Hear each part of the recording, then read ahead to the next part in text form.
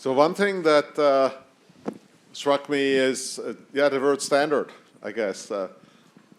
Something we can pick up afterwards another time, Laurel, is found it interesting you put standard and optimization in the same line. But anyway, that can be another topic. But yeah, indeed, the word standard is an interesting word. Yesterday it was mentioned, somebody talked about how we have many standards, and that was actually a phrase at one of the summer programs quite many years ago. Dean Reed from the National Institute of Standards and Technology gave a presentation on standards and said the good thing about standards is we have so many. So you can always find one. But I thought that was an interesting reflection on what does the word standard actually mean. And I wonder where you settled on, and then I'm curious at the other panelists. I mean, I understand in the context of the last presentation, I think the term standard is fairly well understood, but I wonder in terms of the project you showed, Peter, and you showed, John, is that almost like a four-letter word when you use standard, or is that a great word, and what does it actually really mean? I think for us, we were trying to make sure it wasn't a four-letter word. I think we, in the same way that I spoke of that we settled on frameworks as a way to get alignment on things and still allow some degree of freedom, we had a long conversation about not just the word, but what are we trying to achieve? And I think where we settled was clarity that these are the most critical things, and to not call something a standard unless we had an operational goal or some sort of thing we were trying to achieve in it. Because if you ask somebody if it's important, lots of people will say yes about a lot of things. And so we were just trying to put stronger filters on that. So what we do is complicated enough. You don't really need a list of 5,000 things to understand that you're actually doing 5,000 things when you build a building. So we really wanted to create that focus and clarity. And the word we settled on was standards, but the conversation went through expectations, best practices, standards, and then for each of those things, a long discussion about what that word meant and where were we seeking to create a unique cultural definition versus the commonly accepted understanding. And as I said, it wasn't so much that word or that outcome, but that conversation is about how we're changing culture. Aligning on what we mean when we say a word is culturally important. And when you hire people in from other industries, and we've got over 12,000 people at DPR, most of whom joined in the last couple of years, knowing what we mean when we say a word and being able to clearly explain that to someone new is really important. And so that's where we settled with that idea.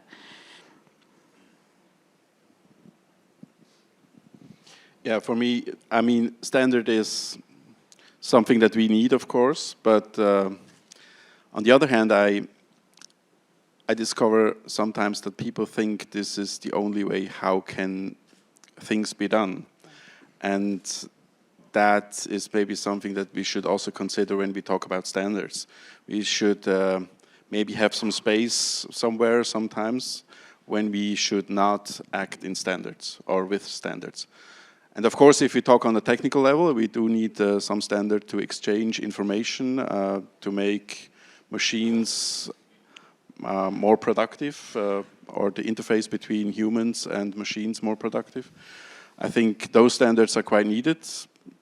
But on the procedure level, I think we need some space to rethink the standards and also to lift them on a higher level. Because if you're always following the existing standards, we will always have the same results as the standards were built for. And this is maybe not so a good habit to improve processes. So I was more thinking, Peter, actually, on the project.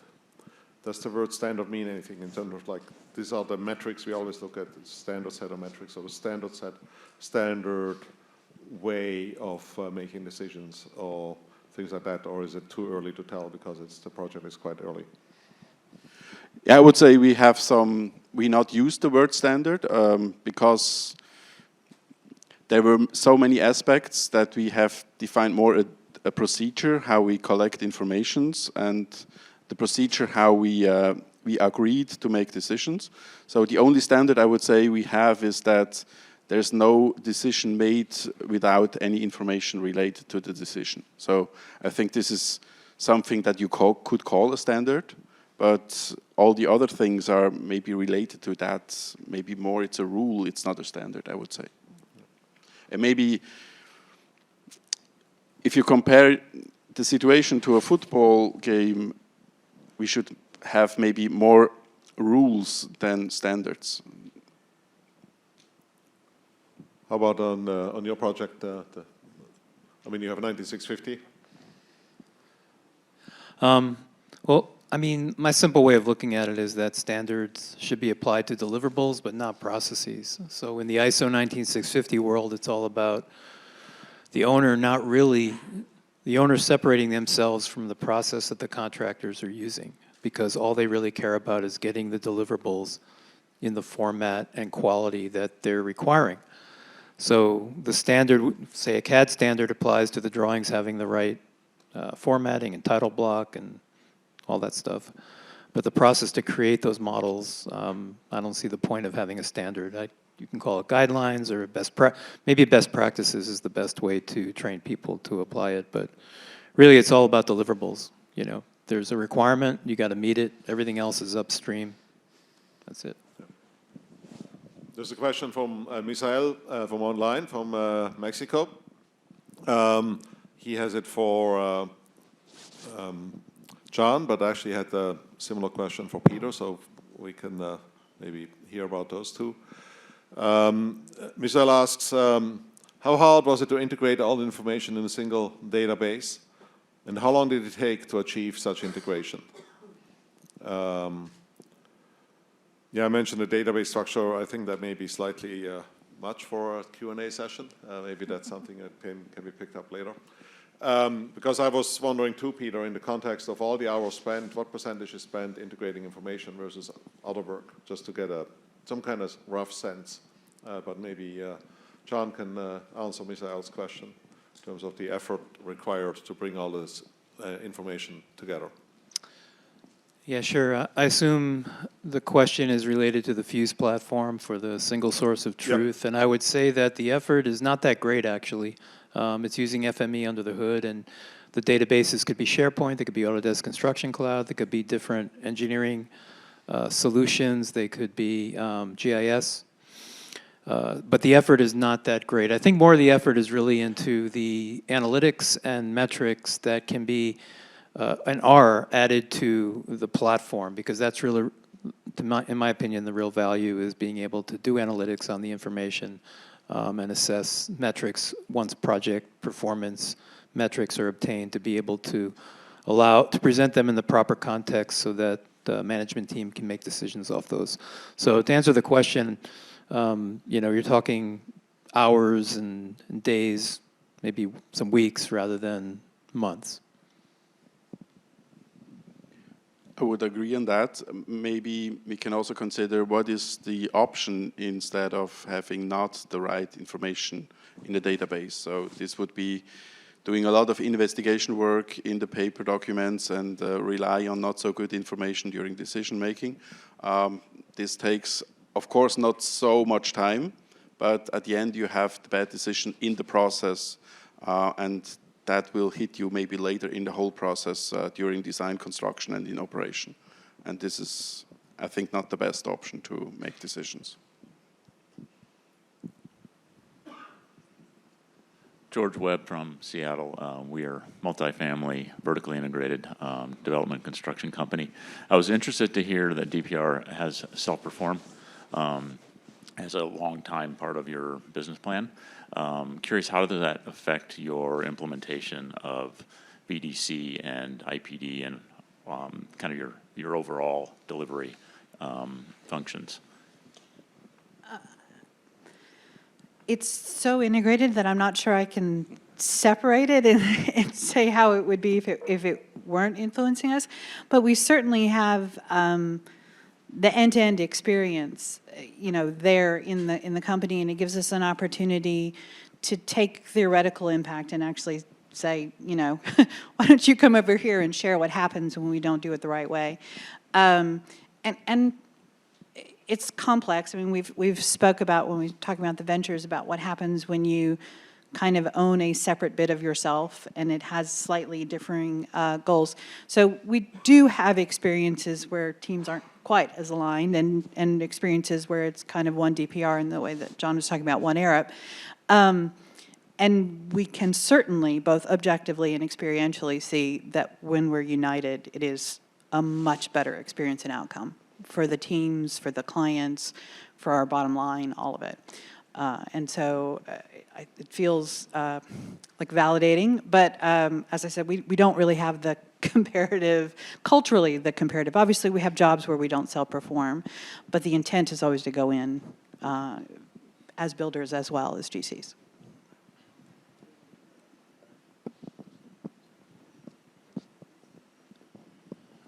Hi, this is Luis Clavijo from Colombia, and also Latin America, of course. We are the local agencies and the construction chambers works a lot with the ISO 19650 as just the only approach for getting the integrated project delivery. So I would like to know from John and Tony that it's the first time I see how the VDC framework gets aligned with the ISO, at least for the first two parts, which is for me the most important to get involved in. So I would like to know, what do you think is the best way to integrate the ISO within the VDC framework? Thank you.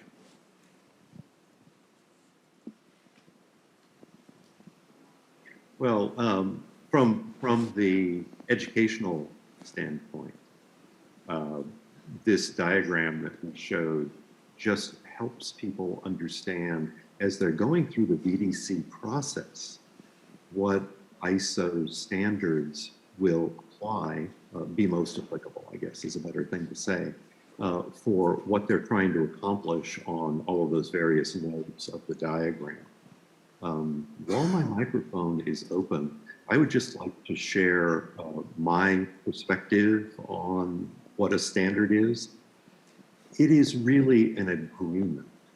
And to the extent that we have international standards available to us, this gives us a point of departure, a place where we can all look to agree to something that's been worked out and hopefully evolved over time. So I hope that answers the first question and another question that didn't really exist. Sujesh from Mott MacDonald's UK and VDC Norway. So this question is for DPR. Hey, So hold the microphone closer to the... sorry. Questions for DPR. You mentioned translators as being an important element. And essentially, you want to make it feel like it's baby steps to change for people. And then you also have a long-term strategy. How do you educate the people, I'm guessing in the middle of the organization, to actually do that? Because that is quite, from what I understand, is quite hard to do. I think the best way to think about it is layers. We have people who are very interested in this and passionate, and they want to experience and be able to discuss this from frontline implementation all the way to future strategy. We have a lot of people who already think their job is hard enough and just want to get through tomorrow. And collectively, we're talking, you know, as a world about professional burnout and et cetera. So the strategies have to be multi-layered. I think my primary role has been making sure the layers align rather than, oh, we're going to start with this here and then we're going to tell this group something else and then we wind up with fragmentation. But we've not been successful when we try to treat everything flatly. When we develop we have some older frameworks that were not successful because they were sort of singular and it made sense to a group, but didn't make sense to all the groups. And so what we've done is kind of build those layers and then let people enter into the discussion almost electively. I think the only bit that we're pushing rather than offering is that first foundational step. Because in order to do some of the things we're talking about, both individually within DPR, but also collectively, what we as an industry are talking about, we have to raise the baseline. we have to, create that aligned language. We have to raise the basic literacy around data and technology and things like that in order to enable that. And so I think that's the bit where we're really being aggressively consistent and pushing that out there.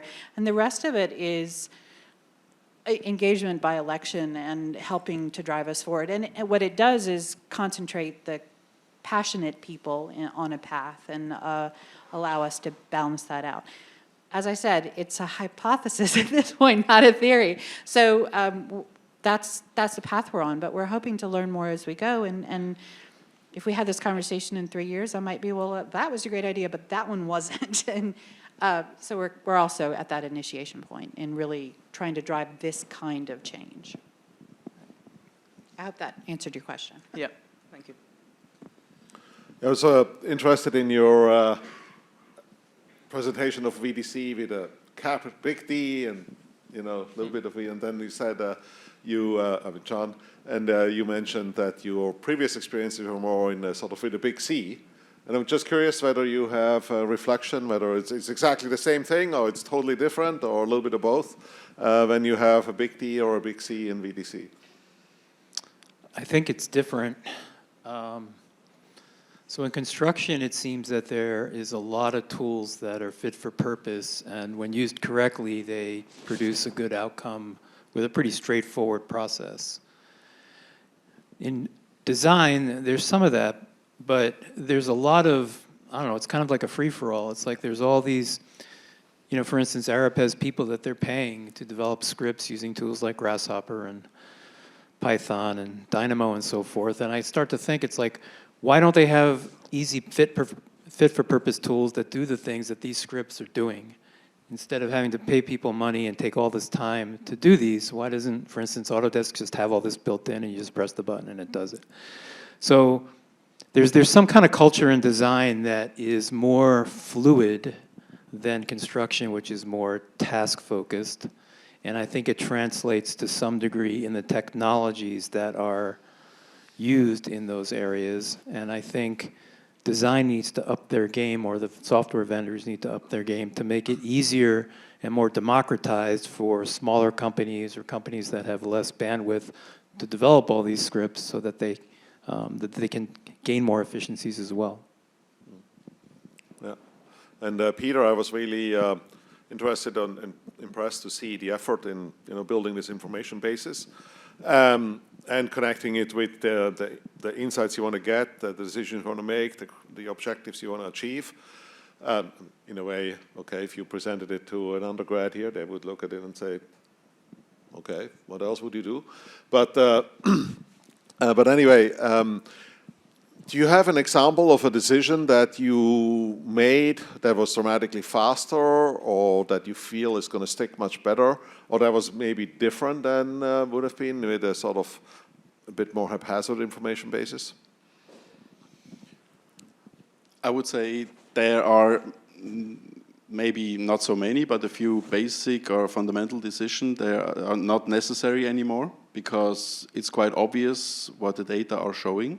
So then people are not focusing on the things that maybe they expect or not expect from the project.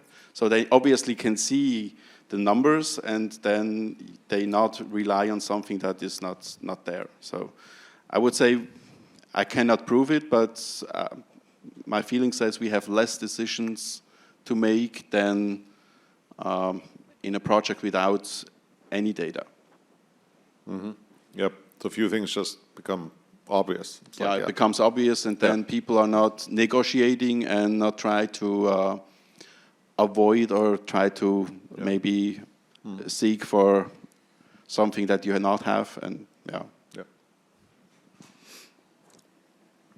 Yep. Øystein from Norway. Hello, Øystein from Nye Veier, a road company in Norway.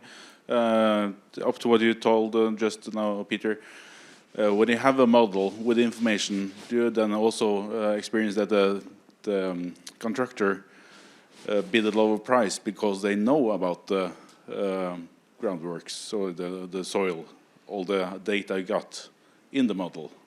what is your experience with the price they are bidding when they know they have the information? So that's, I would say, something that we're going to experience in the future, because we are not there to involve the contractors right now. Now we are in more moving in the section that I showed a little bit closer.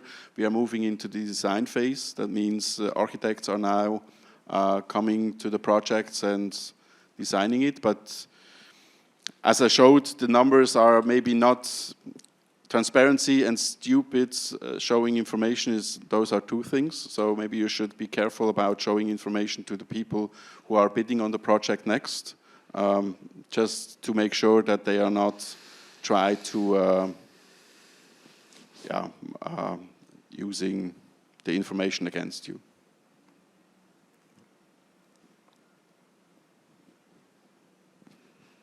All right, should we thank the speakers?